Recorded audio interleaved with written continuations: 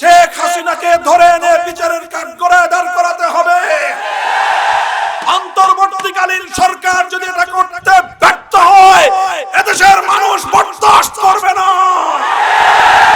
শেখ হাসিনা বাংলাদেশের মানুষকে কোনোদিন ঐক্যবদ্ধ হতে দেয়নি, কারণ সে জানতো এদেশের মানুষ ঐক্যবদ্ধ হলে বাংলাদেশের উপর দাতাবাবুদের খবরদারি চলবে না। সে জানতো এদেশের মানুষ ঐক্যবদ্ধ হলে এদেশকে অন্য দেশের অঙ্গরাজ্যে পরিণত করা সম্ভব হবে না। সে জানতো এদেশের মানুষ ঐক্যবদ্ধ হলে এদেশের মানুষের বুকের উপর দিয়ে একতরফা ট্রানজিট দেওয়া তার পক্ষে সম্ভব হবে না। সে জানতো এদেশের মানুষ ঐক্যবদ্ধ হলে মরণপথ ফারাক্কা ভেঙে গড়িয়ে দেওয়া হবে। 1971 সালের 16ই ডিসেম্বর বিজয় অর্জিত হওয়ার কিছুদিনের মধ্যেই পার্শ্ববর্তী বাংলাদেশের বন্ধুরূপী একটি আধিপত্যবাদী রাষ্ট্র নিজস্ব প্রেসক্রিপশনের মাধ্যমে তার দালাল গোষ্ঠীদের দ্বারা বাংলাদেশের মানুষের অভিপ্রায় এবং তাদের ইচ্ছার বিরুদ্ধে একটি একদলীয় সংবিধান দেশের মানুষের কাছে চাপিয়ে দিয়েছিল। আমরা স্পষ্ট ভাষায় বলতে চাই, ৭২-এর চেতনা মুক্তিযুদ্ধের চেতনা ছিল না, ৭১-এর চেতনা ছিল মুক্তিযুদ্ধের। ৭২-এর সংবিধান ৭১-এর মুক্তিযুদ্ধকে ছিনতাই করার ষড়যন্ত্র ছিল। আওয়ামী লীগ মুক্ত বাংলাদেশে ইনশাআল্লাহ আর সংখ্যালঘু নির্যাতনের নাটক মঞ্চস্থ হবে না। কিন্তু জনগণের ট্যাক্সের টাকা দিয়ে রাস্তার মোড়ে মোড়ে আপনার বাবার মূর্তি বসাবেন, শাহজালালের সন্তান না মানবে না। আমি উপদেশ দিলাম, এই মূর্তি বানাতে চাইেন না, একদিন এই মূর্তি আপনার বাবার অপমানের কারণ হবে। তিনি সহ্য করলেন না, তিনি আমার বিরুদ্ধে সংসদে বক্তব্য দিলেন, তিনি আমার চরিত্র হননের চেষ্টা করলেন, তিনি আমাকে গণবিচ্ছিন্ন করার চেষ্টা করলেন, তিনি আমার বিরুদ্ধে সমস্ত গোয়েন্দা সংস্থাগুলোকে লেলিয়ে দিলেন, পুলিশ বাহিনীকে ব্যবহার করলেন, কারান্তরীণ করে বিনা বিচারে ৩টি বছর আমাকে অবরুদ্ধ করে রাখলেন।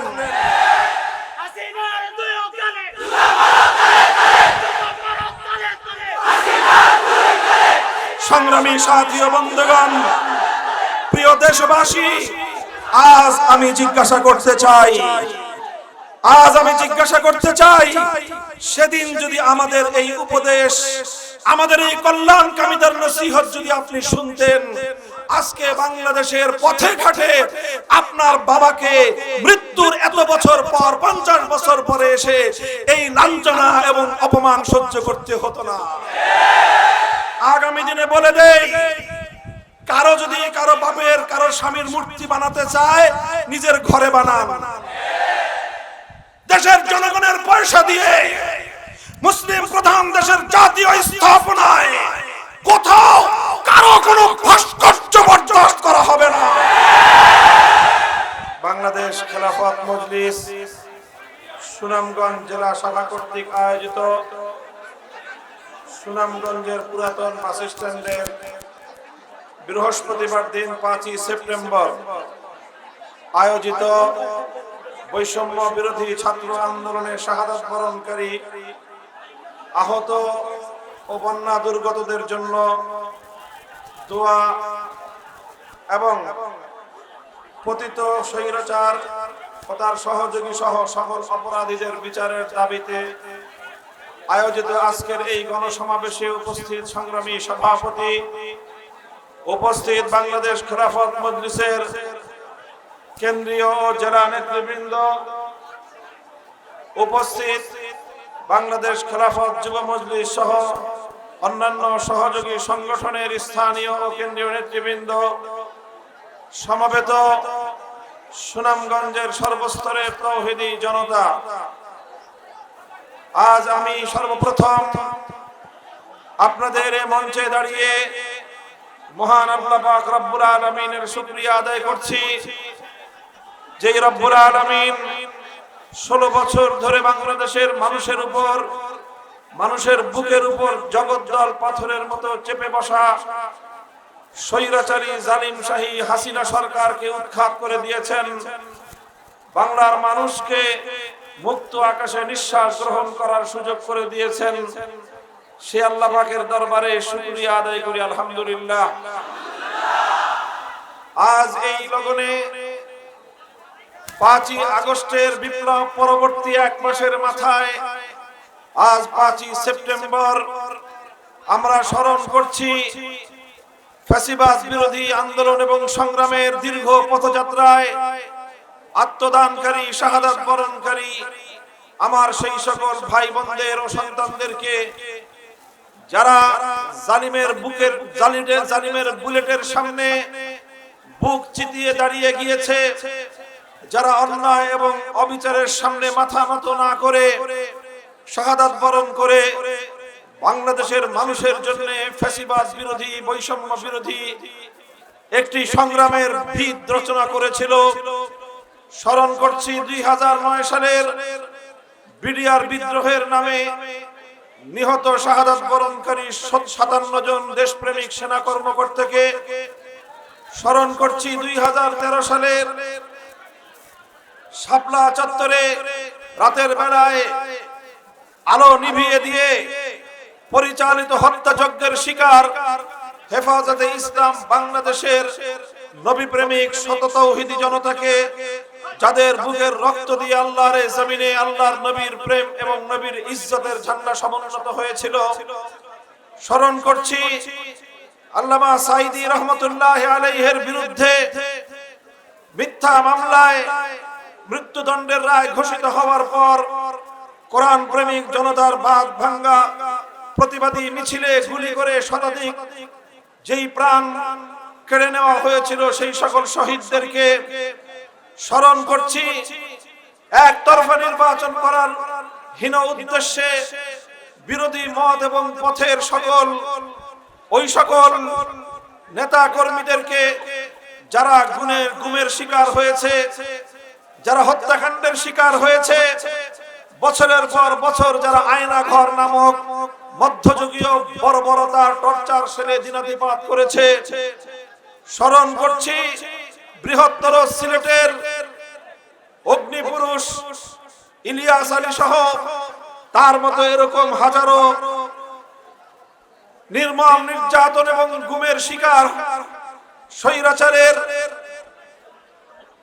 কারাগারে প্রকোষ্ঠে অন্ধকার টর্চার সেলে প্রাণ হারানো নাম না জানা হাজারো মায়ের সন্তানকে। স্মরণ করছি 2021 সালের বাংলাদেশের স্বাধীনতার সুবর্ণ জয়ন্তী উদযাপন উপলক্ষে গুজরাটের কসাই নরেন্দ্র মোদীকে ডেকে এনে তার বিরুদ্ধে প্রতিবাদকারী শান্তিপ্রিয় হেফাজতে ইসলামের যে সকল নেতা কর্মীদেরকে পাখির মতো বুলেটের আঘাত করে হত্যা করা হয়েছিল সেই শহীদদেরকে সর্বশেষ স্মরণ করছি 2024 সালের জুলাই এবং আগস্ট মাসে বৈষম্য বিরোধী আন্দোলনে ছাত্র জনতার সেই সকল অকুতোভয় সৈনিকদেরকে, শহীদ আবু সাঈদ মীর মুগ্ধ সহ অনেক নাম না জানা শাহাদাত বরণকারী আমার সোনার সন্তানদেরকে, যাদের রক্তের বিনিময়ে বাংলাদেশ আজকে দ্বিতীয়বার স্বাধীনতা অর্জন করেছে। ফ্যাসিবাদ এবং বিদেশি দালালদের ভিনদেশী বাংলাদেশের স্বাধীনতা বিরোধী আওয়ামী দুঃশাসনের কবল থেকে যারা দেশকে মুক্ত করেছে, তাদের সকলের জন্য দোয়া করি আল্লাহ রাব্বুল আলামিন যেন তাদের সকলের শাহাদাতকে কবুল করেন। যারা হাসপাতালের বিছানায় কাতরাচ্ছে, এখনো কেউ চোখ হারিয়েছে, কেউ অঙ্গ হারিয়ে চিরদিনের জন্য পঙ্গুত্বকে বরণ করে নিয়েছে, তাদের সকলের জন্য সমবেদনা এবং দোয়া করি। বন্যা আক্রান্ত যেই বানভাসী মানুষ একতরফা ভাবে ভারতের উজান থেকে তারা তাদের ছেড়ে দেওয়া পানিতে বাংলার দক্ষিণ পূর্ব অঞ্চলের বিস্তীর্ণ অঞ্চল প্লাবিত হয়েছে, সেই বন্যা দুর্গত মানুষদের জন্য সমবেদনা জানাচ্ছি। আল্লাহর কাছে দোয়া করছি আল্লাহ যেন তাদের এই ক্ষতি কাটিয়ে উঠবার তৌফিক দান করেন। সংগ্রামী দেশবাসী, আজ 5ই আগস্ট বিপ্লবের 1 মাস পূর্তি দিনে আমি দেশের মানুষকে একটি কথা স্মরণ করিয়ে দিতে চাই। স্বাধীনতা অর্জন করা যত কঠিন, স্বাধীনতা রক্ষা করা তার চেয়েও বড় কঠিন। আমি সতর্ক করে দিতে চাই, এই বাংলাদেশের 5ই আগস্ট বিপ্লবের নায়কদেরকে এবং এই বিপ্লব সংগঠনে যারা যে কোনো ভাবে ত্যাগ এবং কোরবানি স্বীকার করেছেন তাদেরকে 1971 সালের যে মুক্তিযুদ্ধের মাধ্যমে জুলুম এবং বৈষম্যের বিরুদ্ধে বাংলার মানুষ রক্তক্ষয়ী সংগ্রামের মধ্য দিয়ে স্বাধীনতা অর্জন করেছিল, সেই স্বাধীনতা অর্জনের কিছুদিনের মধ্যেই একটি ভিনদেশী দালাল চক্র বাংলাদেশের মানুষের স্বাধীনতার সংগ্রামকে ছিনতাই করে নিয়েছিল। বাংলাদেশের যে স্বাধীনতা অর্জিত হয়েছিল, এদেশের মানুষকে মুক্ত করে ছাড়বো ইনশাআল্লাহ নাম নিয়ে যে দেশের স্বাধীনতার সংগ্রাম পরিচালিত হয়েছিল, বাংলাদেশের মাটিতে কোরআন সুন্নাহ বিরোধী কোন আইন রচনা না করার কমিটমেন্ট এবং অঙ্গীকারের ভিত্তিতে যে স্বাধীনতার যুদ্ধ পরিচালিত হয়েছিল, জালিমের বিরুদ্ধে মজলুমের লড়াই হিসেবে যে স্বাধীনতা অর্জিত হয়েছিল, একটি ন্যায় ইনসাফ এবং বৈষম্যহীন সমাজ গড়ার প্রত্যয় নিয়ে 1971 সালের 16ই ডিসেম্বর বিজয় অর্জিত হওয়ার কিছুদিনের মধ্যেই পার্শ্ববর্তী বাংলাদেশের বন্ধুরূপী একটি আধিপত্যবাদী রাষ্ট্র নিজস্ব প্রেসক্রিপশনের মাধ্যমে তার দালাল গোষ্ঠীদের দ্বারা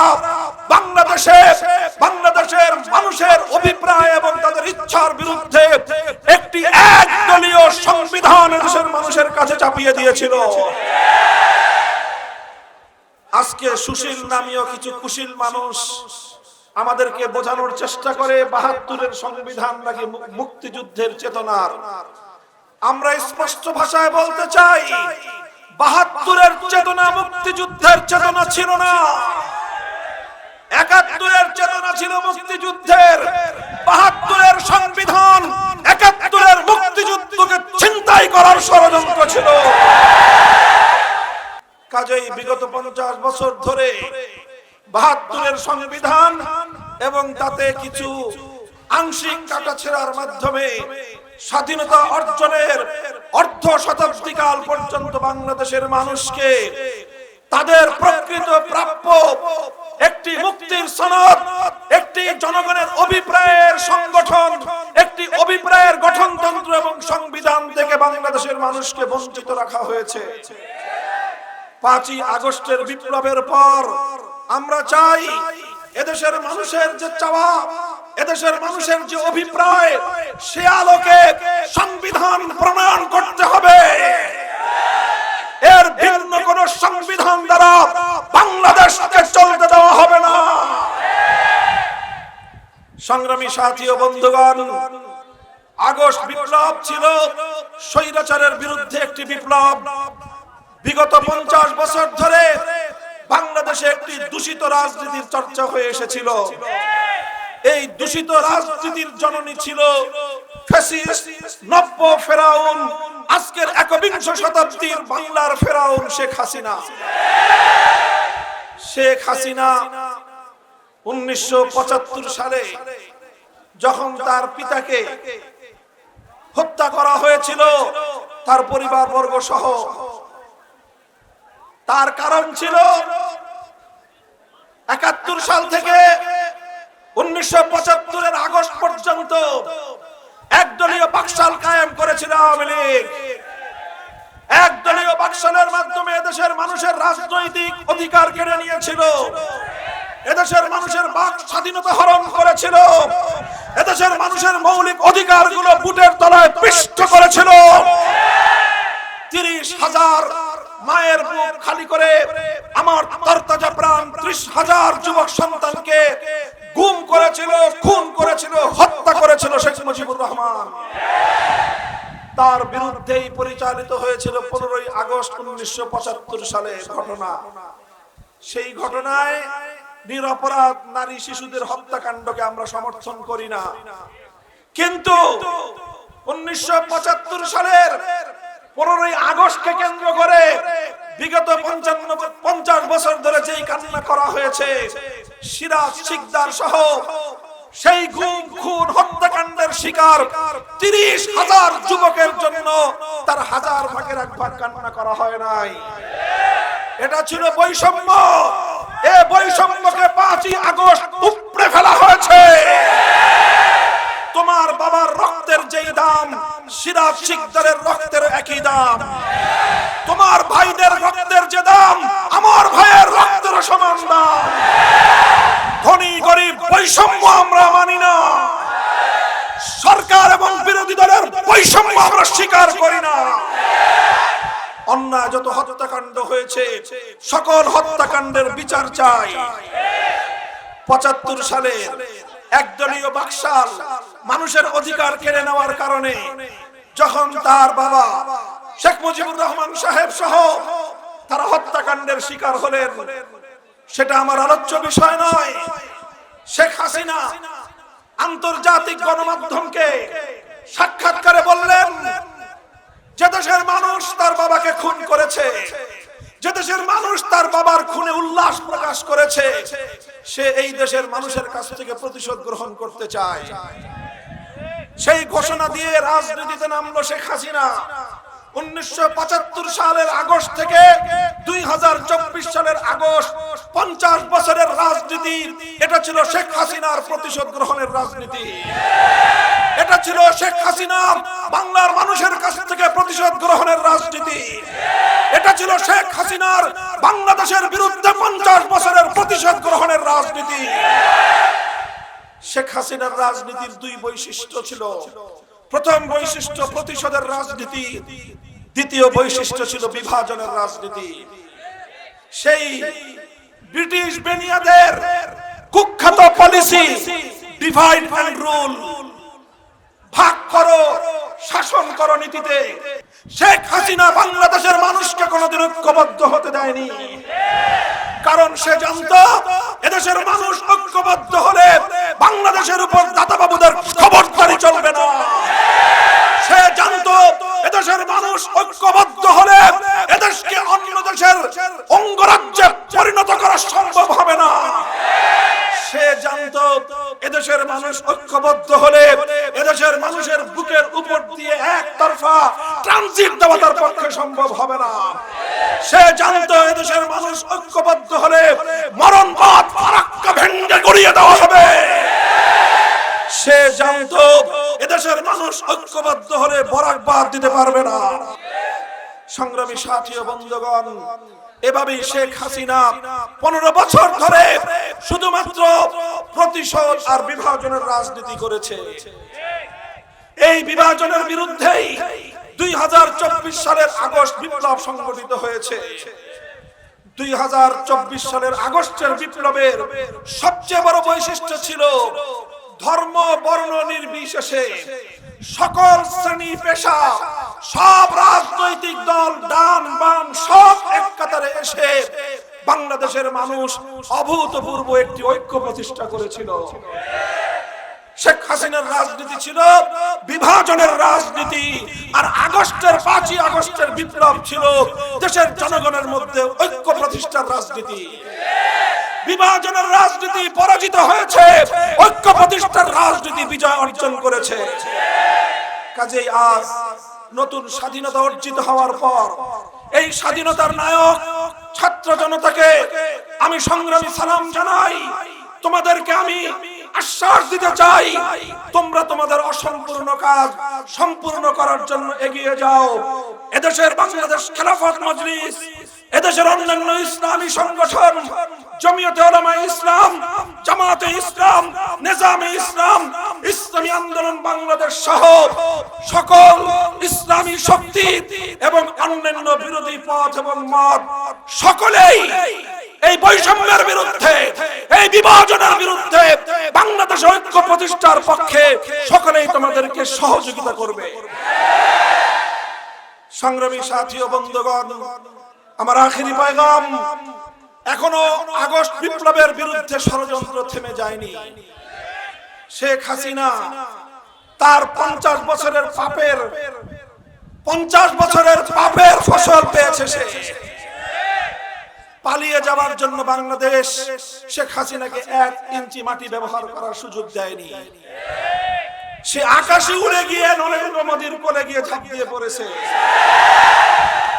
নরেন্দ্র মোদী, তুমি শেখ হাসিনাকে বাংলাদেশের চেয়ে অধিক প্রিয় মনে করেছিলে।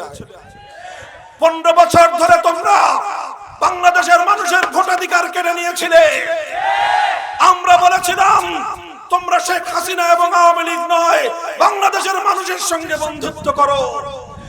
তোমরা কূটনৈতিক শিষ্টাচার উপেক্ষা করে, বাংলাদেশের গণমানুষের রায়কে উপেক্ষা করে, এদেশের মানুষের অভিপ্রায় এবং ইচ্ছার প্রতি বৃদ্ধাঙ্গুলি প্রদর্শন করে বছরের পর বছর এদেশের মানুষের ভোটাধিকার কেড়ে নিয়েছো।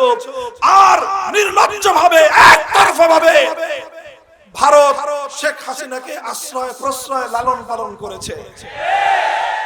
এখন সর্বশেষ ভারত তাকে নিয়ে সেখানে লালন পালন করছে। আমরা অন্তর্বর্তীকালীন সরকারকে বলতে চাই, এই যে হাজার হাজার মায়ের বুক খালি হলো, এই যে আমার সন্তানরা শাপলা চত্বরে শহীদ হলো, এই যে আমার ভাইয়েরা বিডিআর বিদ্রোহের নামে তাদেরকে হত্যা করা হলো, এই যে আমার সন্তানদেরকে 2024 সালে তোমার গুন্ডা লীগ, হেলমেট লীগ, হাতুড়ি লীগ গুলি করে হত্যা করলো, এই প্রতিটি হত্যাকাণ্ডের বিচার বাংলাদেশে করতে হবে। শেখ হাসিনাকে ধরে এনে বিচারের কাঠগড়ায় দাঁড় করাতে হবে। অন্তর্বর্তীকালীন সরকার যদি এটা করতে ব্যর্থ হয়, এদেশের মানুষ বরদাস্ত করবে না। শেখ হাসিনা তার খুনি মন্ত্রিসভার সদস্যবর্গ এবং প্রশাসনকে আওয়ামীকরণকারী সকল দুর্নীতিবাজ খুনি প্রশাসনিক কর্মকর্তাদেরকে বিচারের মুখোমুখি করতে হবে। আর বিগত 15 বছর ধরে বাংলাদেশের মানুষকে খোকলা করে এদেশের অর্থনীতির ভিত ধসিয়ে দিয়ে যে লক্ষ লক্ষ কোটি টাকা বিদেশে পাচার করেছে, সেই টাকা ফিরিয়ে এনে এদেশের মানুষের কল্যাণে বিনিয়োগ করতে হবে। এই দুটো হলো অন্তর্বর্তীকালীন সরকারের গুরুত্বপূর্ণ চ্যালেঞ্জ। সেই সঙ্গে পুলিশ সদস্য সহ অন্যদেরকে বলতে চাই, যারা আপনাদেরকে দলীয় ক্যাডার বাহিনী হিসেবে ব্যবহার করেছিল, তাদের বিরুদ্ধে আপনারা সোচ্চার হন।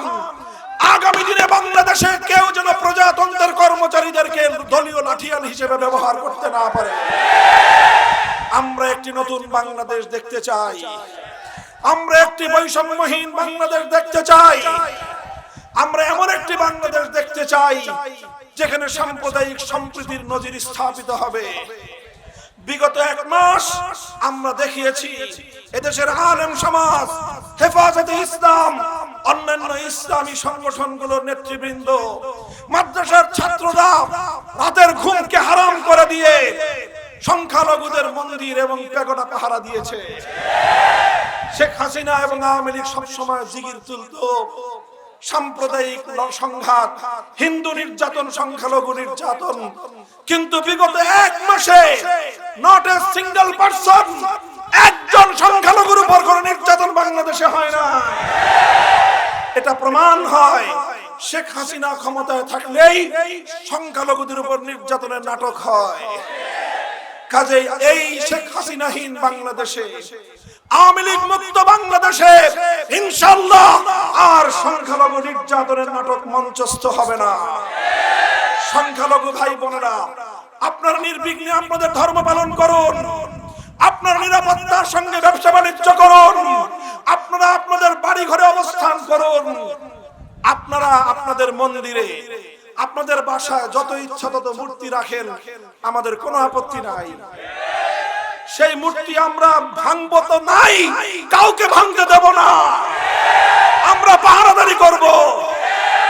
কিন্তু জনগণের ট্যাক্সের টাকা দিয়ে রাস্তার মোড়ে মোড়ে আপনার বাবার মূর্তি বসাবেন, শাহজালালের সন্তান না মানবে না।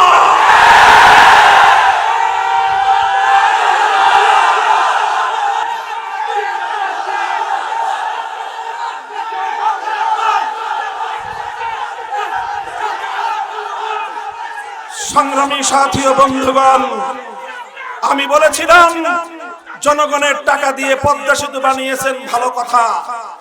3 টাকা চুরি করে 1 টাকা সেতুর কাজে লাগিয়েছেন, তাও কথা। আবার সেই সেতুর উপরে আপনার বাবার মূর্তি বসাবেন, এদেশের মানুষ সেটা ভালো চোখে দেখবে না।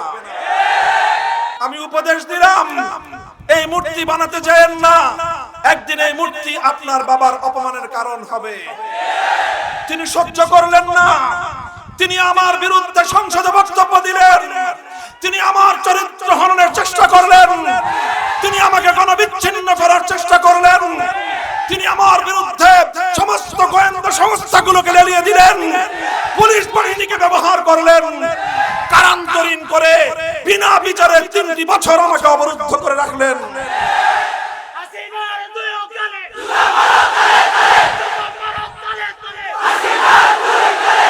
সংগ্রামী সাথী ও বন্ধুগণ, প্রিয় দেশবাসী, আজ আমি জিজ্ঞাসা করতে চাই, সেদিন যদি আমাদের এই উপদেশ, আমাদের এই কল্যাণকামীদের নসিহত যদি আপনি শুনতেন, আজকে বাংলাদেশের পথে ঘাটে আপনার বাবাকে মৃত্যুর এত বছর পর, 50 বছর পরে এসে এই লাঞ্ছনা এবং অপমান সহ্য করতে হতো না। আগামী দিনে বলে দেই, কারো যদি কারো বাপের, কারো স্বামীর মূর্তি বানাতে চায়, নিজের ঘরে বানান। দেশের জনগণের পয়সা দিয়ে মুসলিম প্রধান দেশের জাতীয় স্থাপনায় কোথাও কারো কোনো ভাস্কর্য বরদাস্ত করা হবে না। আমরা আবারও বলছি, সংখ্যালঘুদের সব ধরনের নিরাপত্তার দায়িত্ব আমাদের। এখনো পর্যন্ত আইন শৃঙ্খলা রক্ষা প্রতিষ্ঠানগুলো যথাযথভাবে ভূমিকা পালন শুরু করতে পারেনি। এজন্য ইমাম সাহেবান, আলেম সমাজ, ধর্মীয় নেতৃবৃন্দ জনগণকে সাথে নিয়ে দেশের সব ধরনের শান্তি শৃঙ্খলা রক্ষায় ভূমিকা পালন করবেন। এখনো বিভিন্ন দুষ্কৃতিকারী, ডাকাত, সন্ত্রাসী, ছিনতাইকারীরা, চাঁদাবাজরা বিভিন্ন ব্যবসা প্রতিষ্ঠান, মার্কেট, ইন্ডাস্ট্রিয়াল এরিয়াগুলোতে অশান্তি সৃষ্টি করার পায়তারা চালাচ্ছে। এই ক্ষেত্রে আলেম সমাজ, ব্যবসায়ী সমাজ সকল দলমত নির্বিশেষে ঐক্যবদ্ধ হয়ে দুষ্কৃতিকারীদের বিরুদ্ধে আপনারা প্রতিরোধ গড়ে তুলুন। সকল শ্রমিকদেরকে বলতে চাই, দেশ পুনর্গঠনের কাজ চলছে। এই মুহূর্তে প্রতিটি শিল্প কলকারখানায় আপনারা এর উৎপাদনকে ব্যাহত হয় মতো কোনো কার্যকলাপ চালাবেন না। মালিকদেরকে বলবো, আপনারা শ্রমিকদের সাথে ভ্রাতৃত্ব সুলভ আচরণ করুন, প্রভুত্ব সুলভ আচরণের দিন ভুলে যান। আগামীর বাংলাদেশ ইসলামের বাংলাদেশ, আগামীর বাংলাদেশ ইনসাফের বাংলাদেশ, আগামীর বাংলাদেশ বৈষম্যহীন বাংলাদেশ, সকল গুম খুন হত্যাকাণ্ডের বিচারের বাংলাদেশ। ইনশাআল্লাহ আপনারা এভাবে আমাদের আজ যেভাবে সমর্থন দিয়েছেন, আগামী দিনে আপনাদের সমর্থন অব্যাহত থাকবে ইনশাআল্লাহ। আপনারা বাংলাদেশ খেলাফত মজলিস, ইয়াং জেনারেশন, আসো যুব মজলিসের পতাকা তলে, ছাত্র জনতা ছাত্র মজলিসে আসো, আমরা তোমাদেরকে নিয়ে একটি সমাজ বিপ্লব করতে চাই। মনে রাখতে হবে পূর্ণাঙ্গ বৈষম্যহীন সমাজ মানব রচিত তন্ত্র মন্ত্রের মাধ্যমে সম্ভব হবে না। এর জন্য প্রয়োজন আসমানের মালিক, সৃষ্টিকর্তা মহান রব্বুল আলামিনের পক্ষ থেকে প্রদত্ত রাজনৈতিক ব্যবস্থা। আল্লাহ প্রদত্ত রাজনৈতিক ব্যবস্থার নামই হলো আল্লাহর প্রতিনিধিত্ব তথা খেলাফতের রাষ্ট্র ব্যবস্থা। আমাদের চূড়ান্ত লক্ষ্য, আমরা এই মাটিতে খেলাফত রাষ্ট্র ব্যবস্থা প্রতিষ্ঠা করতে চাই। ইনশাআল্লাহ আমাদের সংগ্রাম চলছে, চলবে। খোদার আকাশ, খোদার জমিন করব কায়েম, খোদার দ্বীন। নাসরুম মিনাল্লাহি ওয়া ফাতহুন করিব। ওয়াসসালামু আলাইকুম ওয়া রাহমাতুল্লাহ।